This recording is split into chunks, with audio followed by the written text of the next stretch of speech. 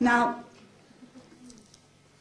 the other thing about Sharia, well, you know, I'm not going to ask the question because, you know, it'll never end, but for those of you who are debating them, and I don't think there is a need to do that, but if you are going to have a conversation with them, ask them what they think about stoning. Is that part of Sharia law?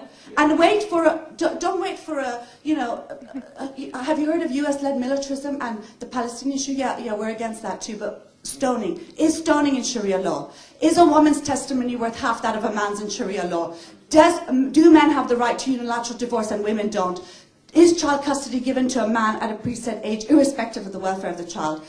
Is there amputation? Is there eye for an eye retribution and qisas? Is there 130 offences punishable by death from being gay to being an apostate to being a heretic to being a blasphemer? So those are questions I would like you to ask, and wait for a straight answer because you'll never get it. You'll never get it.